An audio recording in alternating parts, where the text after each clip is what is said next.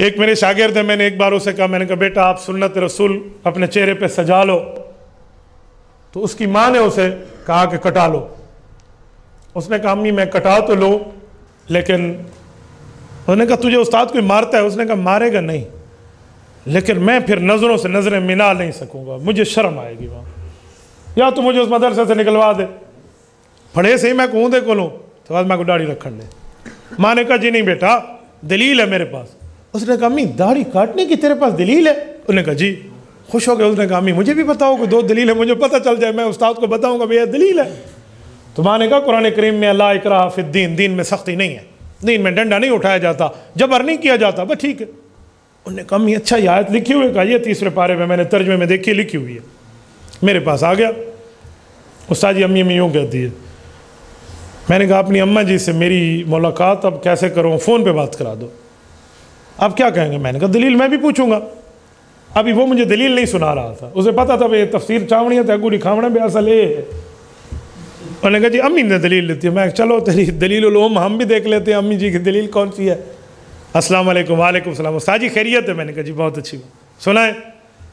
अब बस मैंने बच्चे को समझाया इसकी अभी उम्र नहीं है। मैंने कहा उम्र नहीं है दाढ़ी रखने की? क्यों? अल्लाह ने तो इस उम्र में इसकी दाढ़ी निकाल दी है। आप ज़्यादा जानती हो या अल्लाह ज़्यादा जानता है कि इसकी दाढ़ी कब आए? अल्लाह तेरे को पूछे अबे माँ दास तेरे पुत्र की दाढ़ी कड्डू के न कड्डू, तो अल्लाह तुझसे पूछेगा। अल्लाह को पता है इस उम्र में दाढ़ी निकल रही है, अल्लाह ने निकाल दी है, तू कौन है उसको रोकने वाली? नहीं नहीं बाद रखे सी। मैंने कहा आपको पता है ये 1 घंटा और जिएगा, आपके पास दलील है? पहले तो 2-4 बातों में सुथरी आथर ठंड थी या नहीं था, अच्छी भली बात हो गई। फिर मुझे कहने लगी नहीं मुफ्ती साहब अब सख्ती करते हैं, कुरान करीम में सख्ती नहीं है। मैंने कहा कौन सी आयत है ज़रा पढ़े। मेरे जहन में आयत आ गई थी, ये कहना क्या चाहती है, किस चैनल से बोल रही है। वो खाली तर्जमे वाले लोग थे ना जो उलमा से समझते नहीं है, खुद पढ़ते हैं। तो मुझे बहुत अच्छी तरह समझ आ गया कौन सा स्टेशन चल रहा है, ये FM से फलाना रेडियो है, मैं बहुत अच्छी तरह समझता हूँ। हज़रत कारी साहब को एक निसफ सदी हो रही है, शागिर्दों को मुझे फरमा रहे थे मैं 3री नस्ल को अब पढ़ा रहा हूँ, ठीक है। तो कारी साहब अगर बच्चे का चेहरा देखे ना ये बता देते अभी ये क्या मांग रहे हैं। हजरत का तजर्बा है अपनी फील्ड का, तो मुझे भी पता होता है कोई बंदा कभी सवाल करे ना किस चैनल से बोल रहा है। और डॉक्टर में हाथ नाप के आधा ना मैं रात ले ठंडा पानी पीता अभी, तो डॉक्टर आलिमुल गैब नहीं है, उसे पता चल जाता है। तो ये तजर्बे होते हैं। मैंने कहा आप आयत सुना दें, कोई आयत है इस तरह? कहते हाँ कुरान करीम में अल्लाह इकराह फिद्दीन, दीन में सख्ती नहीं है। फिर मुझे दलील देते हुए कहती है कि सूरत वो जो है ना आयतुल कुर्सी उसके साथ लिखी हुई है आयत। मैंने कहा मुझे बहुत अच्छी तरह पता है। मैंने कहा आप अपने बेटे को यहूदी समझती हैं? वो क्यों? अस्तगफिरुल्लाह। मैंने कहा मुशरिक समझती हैं? नहीं नहीं अस्तगफिरुल्लाह, मुसलमान है मेरा बेटा। तो मैंने कहा ये आयत मुसलमानों के लिए उतरी है? हाँ कुरान मुसलमानों के लिए नहीं उतरा। मैंने कहा कहीं काफिरों का भी जिक्र है, सयदखुलून जहन्नम दाखिरीन, बेईमान काफिर जहन्नम में जलील होकर जाएंगे, ये आपका बेटा होगा उनमें? नहीं नहीं नहीं। तो मैंने कहा कुछ आयतें गैर मुस्लिमों के लिए भी तो है ना? जी है। तो मैंने कहा ये आयत किसके लिए उतरी है? बेटा इतना तो मुझे नहीं पता। तो मैंने कहा आपको किसने कहा आप कुरान से दलील दें? आपको किसने कहा?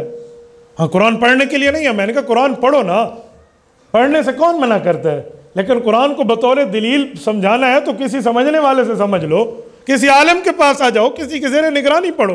तूने खाली तर्जमे देखना शुरू कर दिया, तर्जमे लिखे हुए नहीं है। मैंने कहा तर्जमा आवाम के लिए थोड़ी लिखा जाता है, वो तो सीखने वाले के लिए लिखा जाता है जो किसी की ज़ेरे निगरानी सीख रहा होता है, ताकि उसे थोड़ी सी हेल्प मिल जाए। अच्छा तो मैंने कहा इस आयत को ज़रा पूरा पढ़।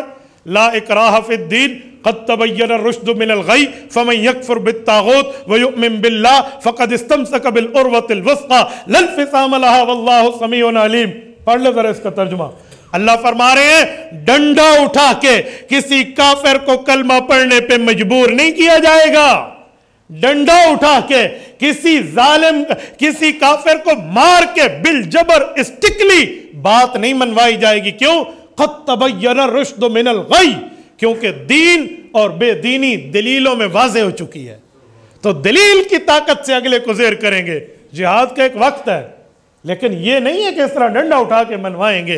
अम्मा जान आप अपने बेटे को काफिर समझती हैं तो फिर मैंने डंडा उठा के मनवाया, और अगर मुसलमान समझती है तो मुसलमान अहकाम का पाबंद है, मुसलमान शरीयत का पाबंद है। अच्छा अच्छा अच्छा अच्छा बेटा मुझे नहीं पता था। तो बहरहाल ऐसी कुछ बहुत सी बातें